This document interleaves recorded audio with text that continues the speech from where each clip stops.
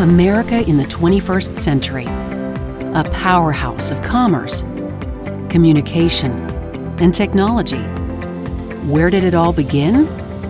In small post-colonial communities, where America's entrepreneurial spirit took hold. One example is Buckland, Virginia. Located approximately 35 miles from Washington, D.C., where Route 29 crosses Broad Run, it was Prince William County's first inland established town. For centuries, the area was home to numerous Native American settlements. The Susquehanna Plain Path, which was used by tribes to travel up and down the East Coast, ran through it. Ultimately, the trail became the Carolina Road, which was used by Europeans to settle the region. By 1774, when Samuel Love bought over 1,100 acres along Broad Run, native settlements had been replaced by modest homes and a grist mill. Samuel Love built a large home for his family and named it Buckland Farm. When he died in 1787, he left the estate to his son, John. John was a lawyer, politician, and astute businessman. Like his father, he farmed wheat and tobacco. Over time, he expanded his grain production by building additional grist mills, and with his brother Samuel, began breeding horses. The Love brothers' effort to improve the thoroughbred bloodstock was so successful that George Washington purchased one of their horses for his own use. In 1797, 55 citizens petitioned the Virginia General Assembly to establish a town on John Love's land. In January 1798, the petition was approved. The 48-lot town of Buckland was laid out on a traditional English axial village pattern, with Buckland Farm at one end and a grist mill at the other. John and the town's trustees attracted and sold lots to independent business owners, including free African Americans. Over time, it was home to numerous grist mills, several taverns, a blacksmith, tannery, woolen mill, and 2 distilleries. Ned Distiller, a freed slave who lived in Buckland, ran one of them. To improve his wheat yield, John experimented with crops. He grew Lawler wheat, a strain that was resistant to the Hessian fly, which was ravaging wheat crops at the time. Seeds from Buckland Farm helped combat the near failure of the wheat industry. As the legal representative of inventor Oliver Evans, John was introduced to a new concept: mass production in grain mills. In 1784, Evans had automated the production for turning wheat into flour. With power supplied by a water wheel, his design allowed grain to pass through the stages of cleaning, grinding, cooling, and sifting by using a bucket elevator to move the seed up, chutes to move it down, and 2 workers doing what had taken 6 or 7 to accomplish. Recognizing the potential benefits for his community, John automated his mills, making Buckland a center of technology. John Love had a large milling operation. He had 4 different grist mills operating at one time. 2 of them were merchant mills producing large quantities of flour, and 2 of them were country grist mills. And the roads in the area were very vital to be able to get the product from the Buckland area to the port in Alexandria. Buckland citizens petitioned the Virginia General Assembly for a company to pave a road from Fauquier Courthouse in Warrenton through Buckland to Fairfax, where it could connect to the Little River Turnpike, which led to Alexandria. With permission granted, the Fauquier and Alexandria Turnpike Company raised funds and began construction of the toll road in 1812. Resident George Britton received the contract to build a 10-mile stretch, using primarily slave labor.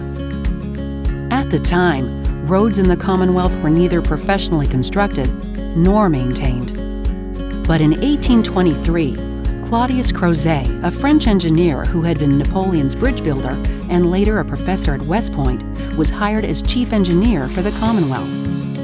He implemented a new technology in road building, macadamization. The brainchild of Scotsman John Loudon Macadam, the process used stone rather than soil to create all-weather roads that could withstand heavy loads. You get a type of hard surface and that naturally drains It allows water to go through it. In an area like the Mid-Atlantic where you get freeze-thaw, it makes it very easy to travel on. It makes it easier for things like wagons, wheeled vehicles to travel on, as well as horses. But it does increase the capacity of the road. Macadam advocated that you had to start with a solid base first. He argued that you had to use a hard angular stone, and that all of the stone that you quarried had to be passed through a 3-inch diameter ring to ensure consistency in size. And when this layer of stone, let's say it's 7 or 8 inches, was applied, the normal use of the road through carriages, through horse, through pedestrian, would eventually compact the stone so that the angular faces would lock in with one another and create a coherent, solid mass. And then after that happened, you would apply a second level and then a third level. Early users of the first macadamized road in the Commonwealth included the Marquis de Lafayette and American presidents from Madison to Jackson. Completed in late 1827, the Fauquier and Alexandria Turnpike was touted as the best road in Virginia. The implementation of these improved roads, and specifically a macadamized road, was a huge technological advance from the mud roads and the dirt roads that were all over America at that time. They were considered to be the superhighways of their period, and they linked the important commercial and merchant areas, generally on the eastern seaboard of Virginia, with the interior, with central Virginia, Piedmont, and the Shenandoah Valley.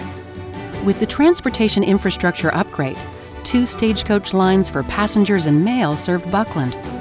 Word of the lively business-doing village spread as businesses continued to thrive through the first half of the 19th century.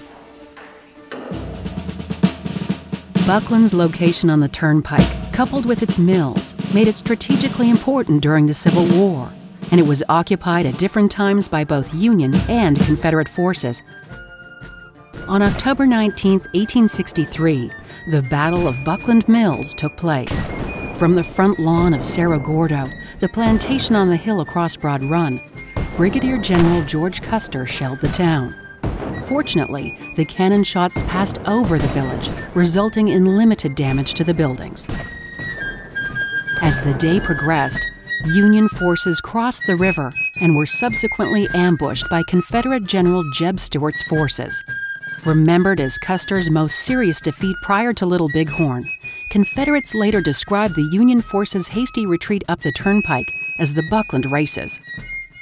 Today, the portion of Route 29 that passes through the town is a core part of the battlefield and a focus of preservation efforts. Following the Civil War, Buckland's fortunes waned. The road system, which had helped it prosper, could not compete with the rail system, which bypassed the town. With no reconstruction funds forthcoming, businesses relocated. As time went on, most of its original structures remained, with few changes. In the 20th century, Route 29 was widened. A new bridge was constructed next to the abutments of the old Turnpike Bridge, and Crozet's macadamized road was buried under modern pavement. In 2012, an archaeological investigation to locate remnants of the old Turnpike and Stagecoach Inn led to an unexpected discovery: a paved road and sidewalk. It would have been a local Buckland road, and an effort that was initiated by the founders of Buckland themselves. And we believe that it is one of the earliest, if not the earliest, example of a rural sidewalk in the Commonwealth of Virginia. Buckland's existing buildings and archaeological sites are important because they shed light on our development as a nation. We learn about engineering principles, for the manufacturing. We learn about the evolution of roads and transportation infrastructure. I think Buckland is a jewel. To find one house or a grouping of houses that are from the late 18th century and early 19th century is rare and unusual. But to find a village, a town, which is largely intact and has seen little development over several centuries is just remarkable. And Buckland is sincerely one of the best preserved towns that we know of in this part of Virginia. both in terms of its architectural resources and its archaeological resources. The Buckland area gives us a sense of history, of place. And it's important to preserve places like Buckland because it grounds us in our community and it enriches our lives.